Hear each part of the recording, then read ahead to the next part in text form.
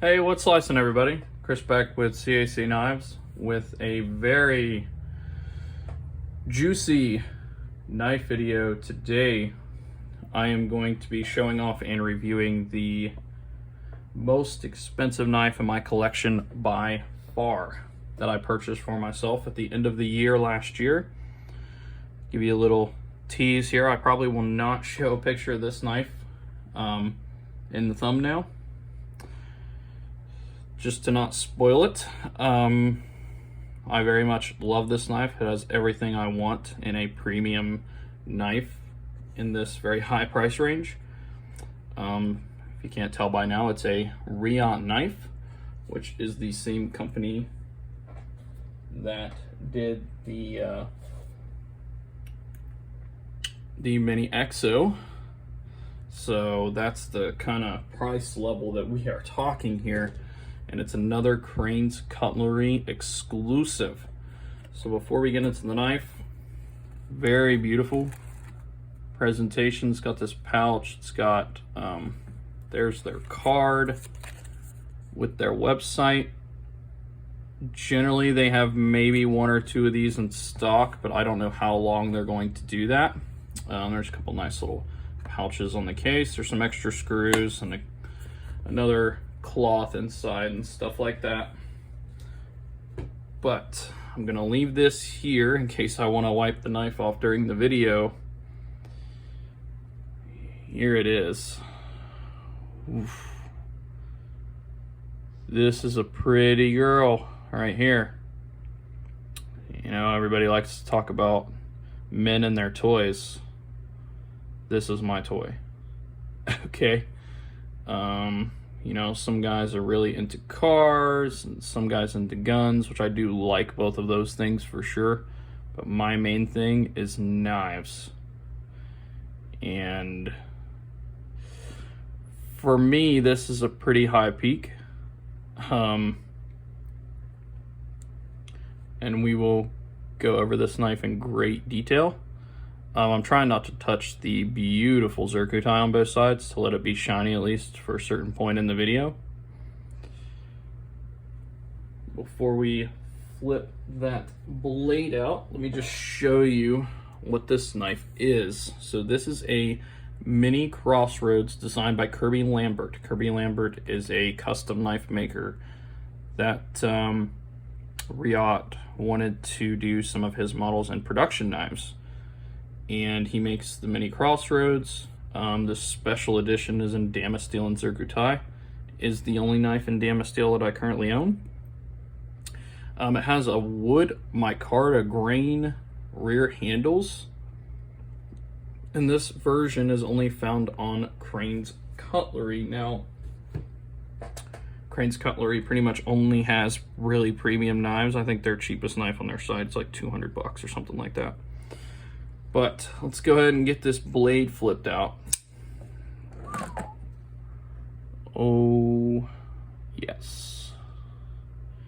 Yes, yes, yes.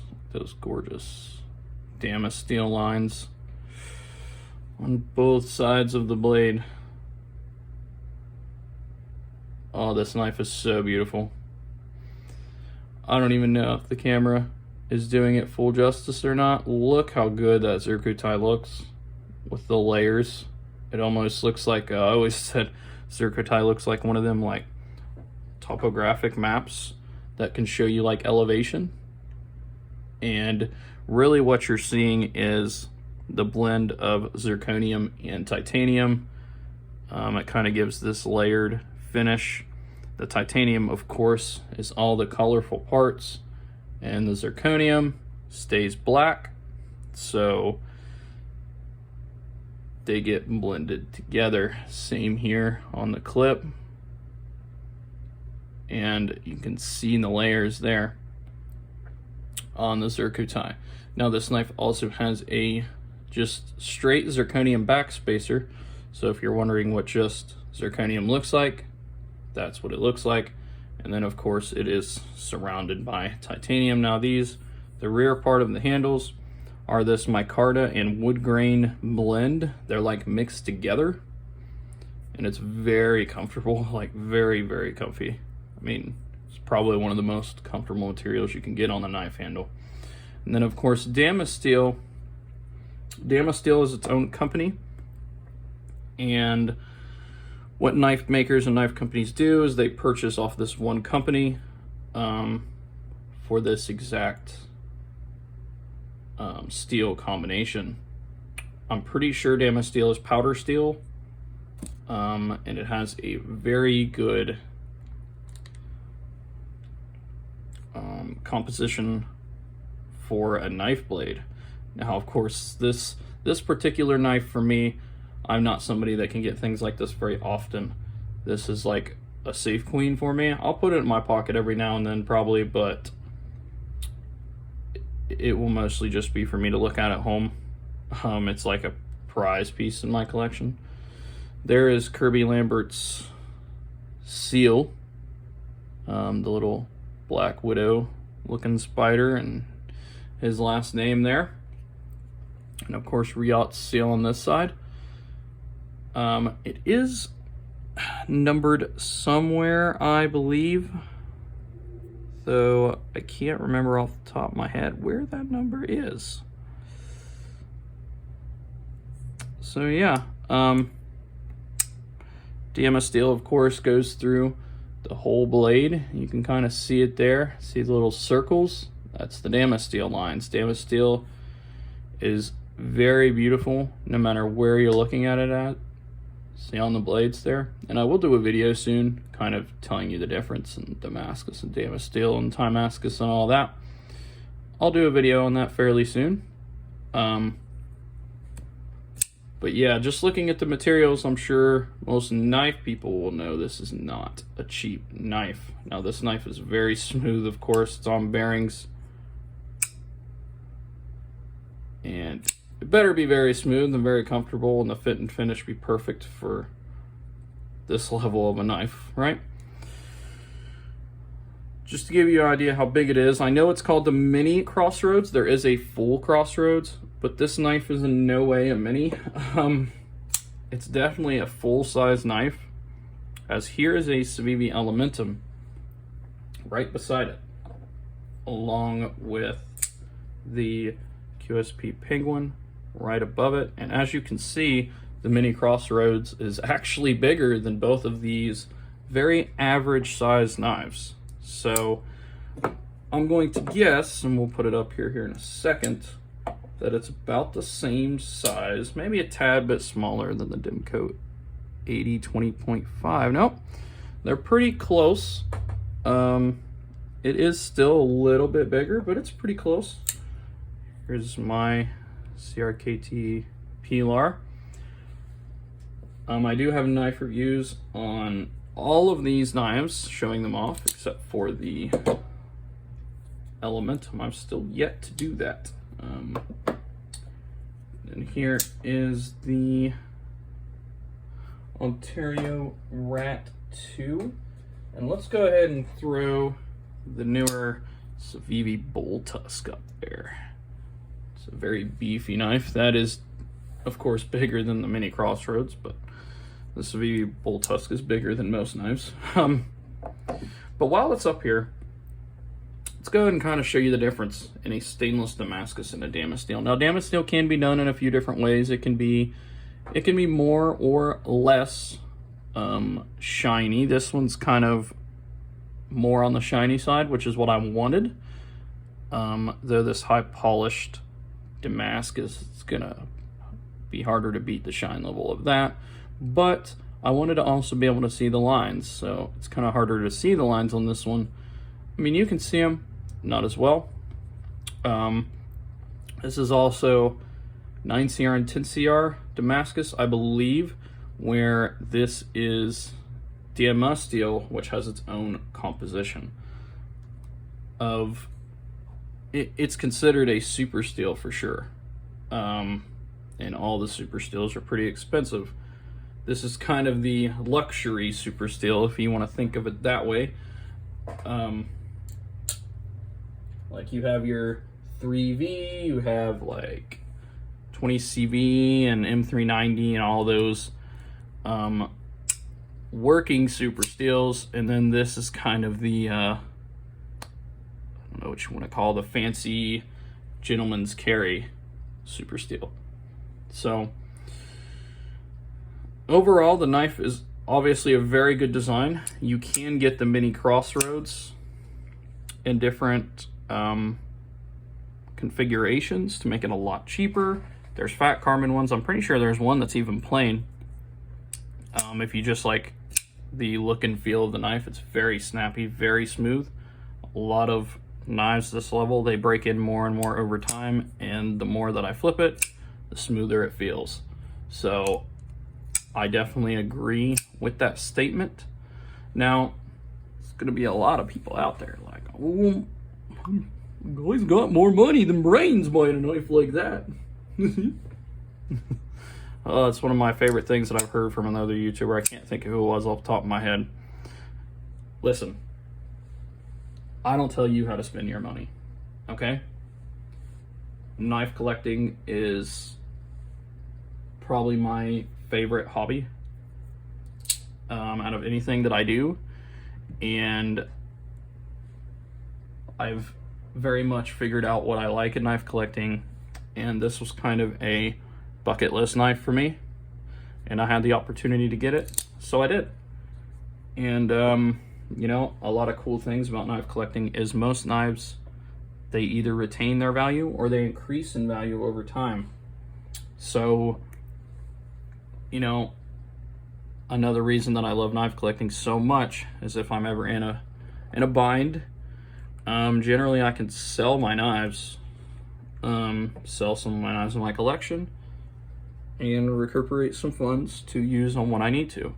So, you know, when this knife ever becomes discontinued, its value only increases that much more. And that's one of the cool things about the collection.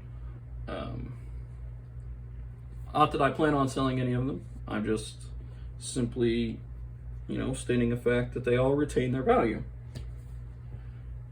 And knife collecting is definitely, you know, a good thing to get into.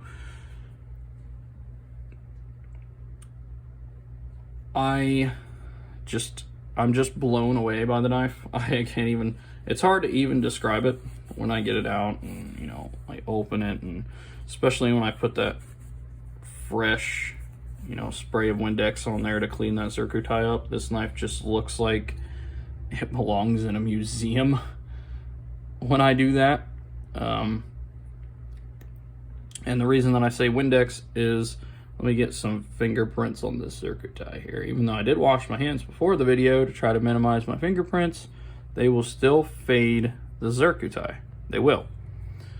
And like I say, I try to show this in every video that I ever show Damascus or anodized titanium in, but all you gotta do to give it that fresh, clean look, okay? There's what it looks like now.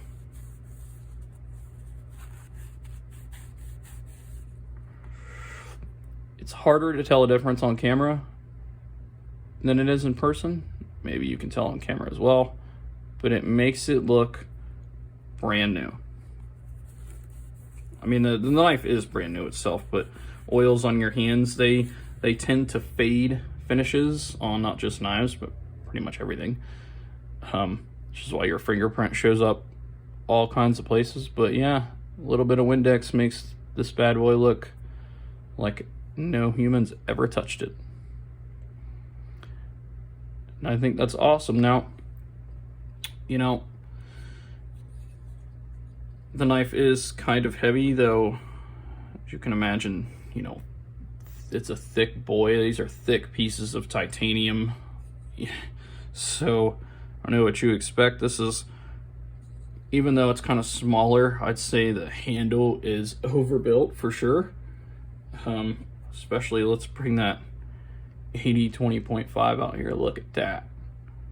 And them slabs of titanium are huge. Let's bring out the Penguin, who also has some pretty big slabs of titanium itself.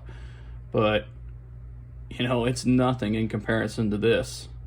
So yeah, it's got a little weight to it. But the action is... it's like perfect. It feels like there's butter in there, and you just feel it. You barely. Oh, it just feels so good. It's so hard to describe. Sometimes knives are just hard to describe the feel of it, but it's perfect. And I don't really know how I can get more perfect, but I've definitely been told, you know, action gets better over time. Now the lock is one of my favorite kind of locking mechanisms. This is called a bolster lock, and essentially it's a liner lock. But you know, a lot of liner locks, let's see if I got one here. As an example, see how it doesn't like pop out on this side on the wrap. Here it does, and that's because they made this little insert where it is very easy, very comfortable to disengage that lock, and I absolutely love that. You don't see bolster locks on very many knife designs. It adds some price generally to making knives, but on a knife like this, I don't think price is what they were worried about. They wanted to throw as much things in this knife as they could, and they definitely achieved that, and I love it. I've loved this knife from the day I laid my eyes on it. Luckily it stayed in there the whole year and allowed me to get one at the end of the year. But let me know what you guys think. What's your grail knife that you wanted for your collection? There are other knives that I wanted, but I would say for price wise, unless I somehow do something like win the lottery, this will be my peak for the priciest knife that I ever buy. What's your guys' limits on knife purchases? Mine definitely changed over the years because my situation's changed over the years. Oh, before we go, there it is. Not going to be able to show up on camera, but there's the number. Very much hidden in there. Oh my, I'm not even going to be able to. It's 11 out of 50. Well, look at that. I knew the number was on there somewhere. But yeah, thanks for watching, guys. If you can do me a favor, if you liked the video, hit that thumbs up button. Subscribe to the channel. Hit that bell. I usually release a video at least one a week. Sometimes you'll get a double video in a week if I have the time. But with that, enjoy the rest of your day, guys.